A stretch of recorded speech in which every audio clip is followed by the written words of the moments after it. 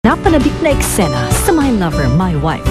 Brought to you exclusively by Oreo Snack Pack, Sunsilk with Nano Complex, Ariel, C2 Cool and Clean Green Tea, at Sun Cellular.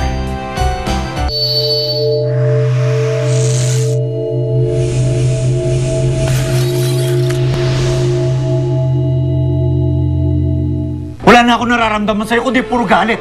Kaya kung pagpipilitan mo lang ang sarili mo sa akin, bahala ka. Pero kung alis ako ng bahay na to, hindi ko kaya manatili dito kasama ka. Arthur, teka, please! Please! Pigilan mo na yan! Talaga bang mahal mo ako, Lawrence? Oo, higit pa sa buhay ko. Kung ganon, itakas mo kami ng anak mo. Hello, Ellen. Andiyan ba kapatid mo? Wala po. Bakit? Umalis kasama si Nico. Dala mga gamit. Tatawagan ko na lang ho si Laika. Pupuntahan ko na rin yung opisina ni Vivian. Kaya mo bang talikuran si April para sa amin na anak mo? Oo. Ilalayo ko kayo. Alis tayo ngayon din.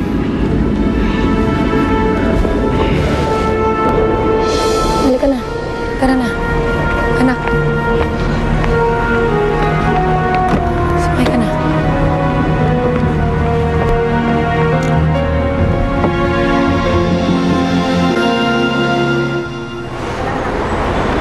Bagyo mo na, bagyo. Marami pa kami. Sige, mauna na kayo. Mas bagyo kami palagyan na lang po sa loob. Sige po.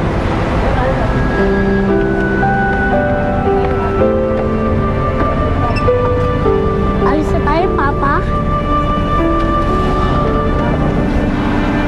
Salamat Para saan?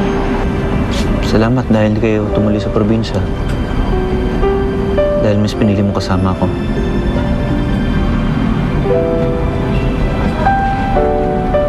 Sana nga hindi ako nagkamali sa desisyon ko, Lawrence. Vivian, hindi ka nagkamali. Magiging masaya ulit tayo.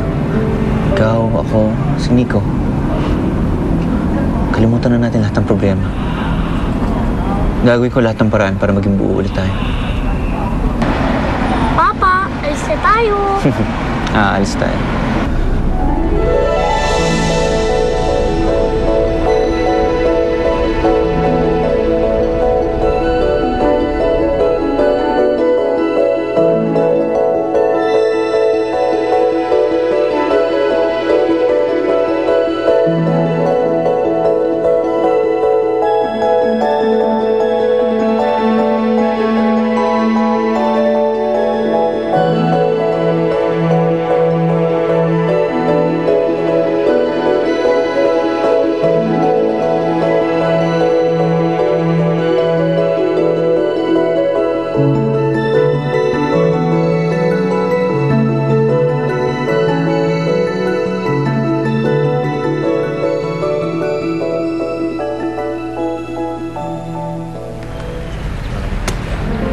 Wow! Bagyo! Magbabakasyon po tayo dito. Hindi, Nico. Hindi tayo magbabakasyon dito. Dito na tayo titira. Dito ko na rin mag-aaral. Dito na rin maghahanap ng trabaho si Papa. Totoo po, Mama. Oo, totoo yun. Kaya lahat ng problema natin kalimutan mo na yun. Dahil magmula ngayon, ay iusin na ni Papa lahat ng problema sa atin. Gagawin ni Papa ang lahat para maging maayos tayo tsaka si Mama. Sige, pasok na ka sa loob.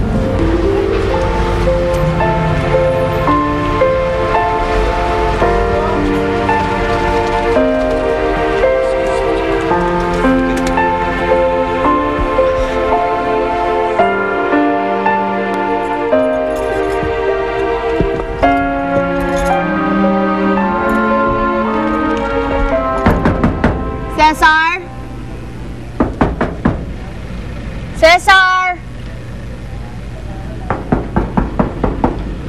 Cesar!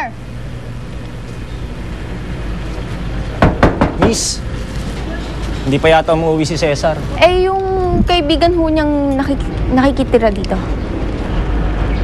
Umalis na, kaninang umaga lang.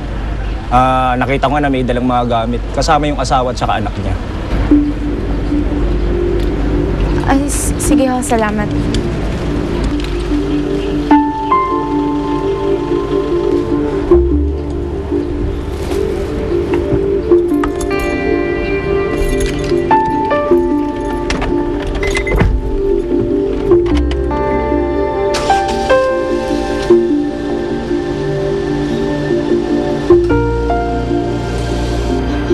Tulungan? Sige, lagay mo yung gamit na mami mo sa cabinet.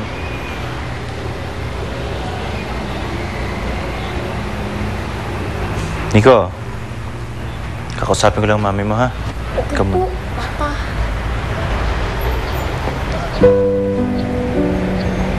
Ayos ka lang ba?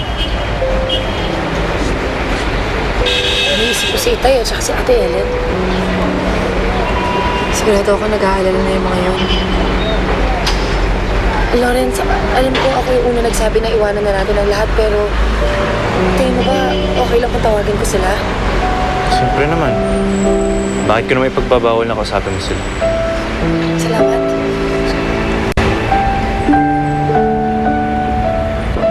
Tay, kung mag-report na kaya tayo na missing sila Vivian sa police? Pero be, kailangan maghintay tayo ng ilang araw pa bago ma-declare na missing person siya.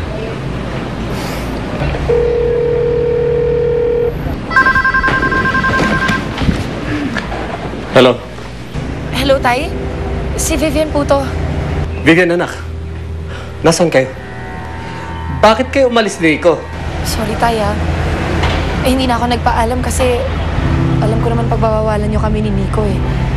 Pero wag ho kayo mag-alala. Safe naman ho kami mag-ina dito. Huwag mong sabihin kasama si Lawrence, ha? Tay, sinusubukan ho namin ayusin yung pagsasama namin. Gusto ko naman ho siyempre mabuo ang pamilya namin. Gusto naming malayo kay April at saka sa lahat ng gulo. Nasaan nga kayo? Huwag na lang ho kayo magtanong, Tay. Anong wag? Bumalik na kayo rito. Tigilan mo na kalokohan mo yan, Vivian. Tay, pasensya na po talaga. Tumawag lang po ako para ipaalam sa inyo na nasa mabuti kaming kalagayan. Sana po naiintindihan niyo. Sige po. Tay? Tigas talaga ng ulo ng kapatid mong yan.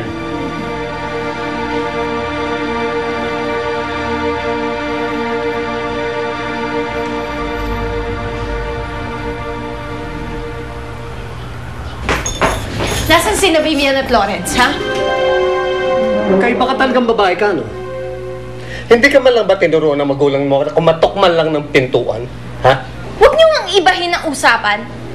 Nasaan sila? Hindi ko alam. Anong hindi niyo alam? Hindi ako naniniwala. Saan sila nagpunta, ha? Gaga ka ba? Sa tingin mo, alam namin, sasabihin namin sa'yo? Kapag hindi niyo sinabi sa akin, ipapalaglag ko tong anak ko. Ano? Sasabihin niyo ba o hindi?